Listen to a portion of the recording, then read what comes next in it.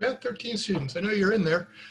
All right, so here is some video update on your section 2.1, data exploration. These video presentations will be keyed more or less to your PowerPoint presentations. So as you work through the PowerPoint, you can go ahead and take a look at how we do all the problems in some detail. I'm going to go ahead and switch to my computer screen where most of the work will be done. Thank you. All righty. So let's see. This is section 2.1. I thought it'd be helpful to go over some definitions first. So a frequency distribution is basically a way to show how data is split amongst different categories or classes. Most of the time it's quantitative data, but it can also be stretched to use qualitative data as well.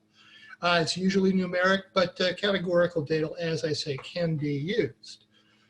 So let me go ahead and start this as a slideshow, and we'll run through these definitions. So that's what I basically just got done doing there. Now, we often present them in table forms. I'm going to run through some examples using this particular data set here. It's wait times for orders at McDonald's, wait times in seconds specifically. So some definitions. You can read the definitions for yourself. I'll run through them nice and quick here. The lower class limit is the smallest possible value that can belong to a class. Possible value. It's no guarantee that it's there, but it's the smallest possible value in a class. It's got a brother, the upper class limit, and that's the largest possible value that could possibly be in a class. Class boundaries do not belong to any class, and they are used to separate the individual classes. They don't have gaps in them, which we do get when we make our upper and lower class limits. Class midpoint is a value that is exactly halfway between the upper and the lower class limits for any given class. We have a little bit of a formula. Upper class plus lower class limits, add those together and divide the result by 2. And then we have the class width. It's the difference between two consecutive upper or lower class limits. This one here can be tricky. It is not the difference between a class upper and lower class limits, but the difference between consecutive upper or lower class limits. We'll see this in action in a moment. So here's our first example. We have the wait times on McDonald's, and we have some questions here. We're going to find class limits, class boundaries, midpoints, and widths. And I'm going to jump back and forth between this screen and the previous screen while we do that. First, we're going to look for the lower class limits. If I jump back to this screen here, lower class limits are over here on the left. Those are the smallest possible values that can belong to a class. We have upper class limits also. The upper class limits are over here on the right. So let me clear those off and jump back to screen.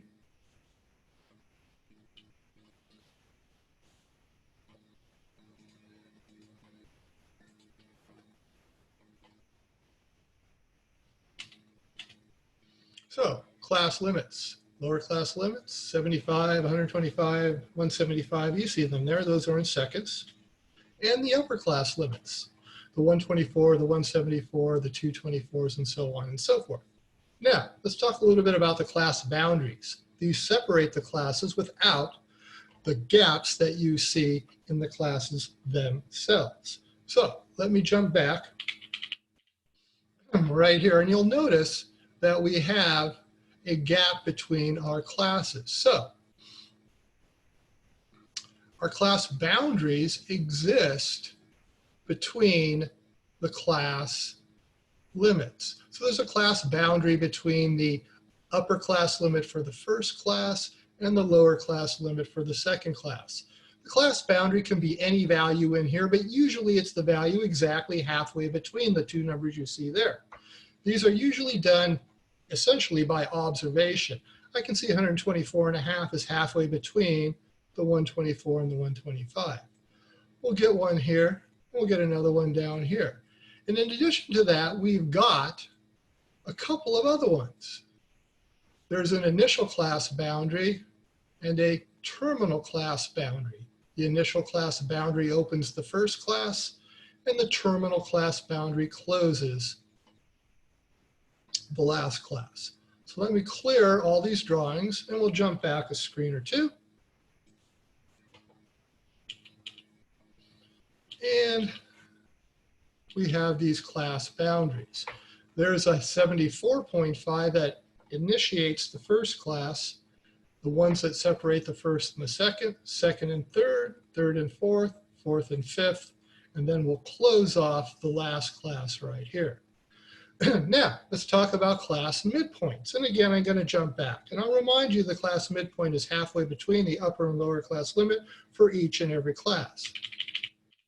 So I'm looking for the number that's halfway between 75 and 124. I'm going to need my calculator over here. Now, order of operations can be an issue.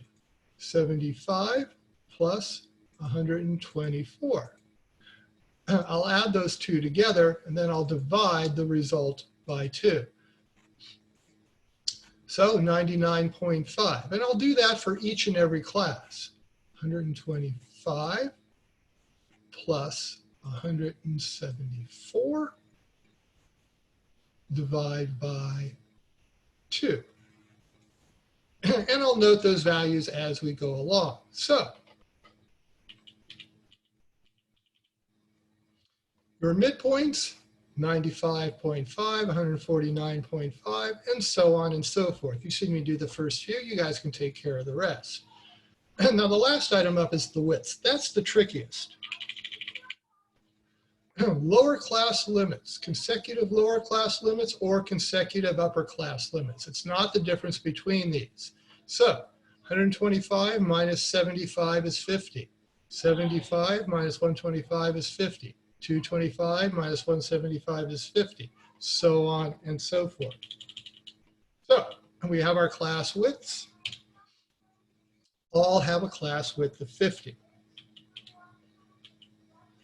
Now, let's take a look at the follow-up questions. What is the sample size? I'll need to add these guys up. So let's see, we have 11 plus 24 plus 10 plus 3 plus 2, enter. So we have a total of 50. How long do most people wait? Well, the class with the largest count is the class that waits from 125 to 174 seconds. What is the first class boundary? Ooh, tricky. What is the last class boundary? Tricky also. So let's see. Size of the sample, we've got that to 50. How long do most people wait? 125 to 174 seconds. First class boundary and last class boundary. And there's your example number 1. Here's our example number 2. We're going to use data on student age here. In fact, let me come back here for just a minute. I see ages here. The very last class is a little odd. It begins at age 42, and it appears to have no upper class limit. So,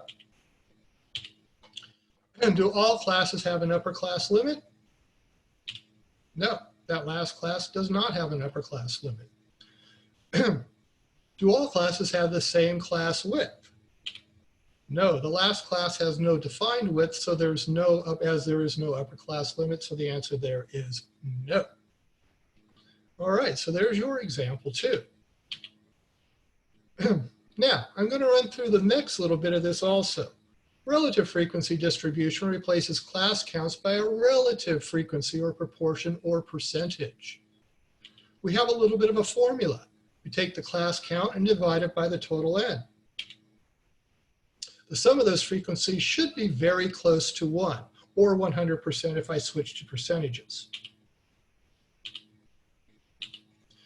So we're going to calculate the relative frequency data for the McDonald's data. I need to find the total number of observations, and we did that previously. We know that n is equal to 50. Now I'm going to need to go ahead and calculate the relative frequency for each individual class. So I'll need to divide each of those class counts by n. My first class has 11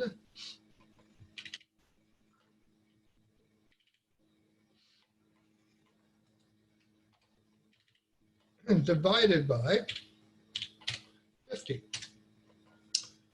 There we go.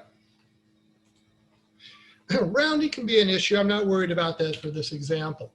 24 divided by 50, similar calculation, 0.048. We'll fill those in. And we have our relative frequencies. I didn't bother with the last calculations. You can handle those yourself. Finally, I want to talk about the cumulative frequency distribution, and that contains the sum of the frequencies for each class and all the previous classes. It's kind of like a running total, and that's exactly what I say. So we calculate these frequencies for student age. And I start with the first class counts, then I add classes as we go. So the first class count was 16. The second was 39 for 55. I throw in the third, and so on and so forth. So adding everything up as we go, we end up with a grand total in the last space of 94. So that's the total size of my entire sample. So there we have it. You've seen some basic terms. You see me work with the relative and cumulative frequencies. We've explored some appropriate examples, and that's the end.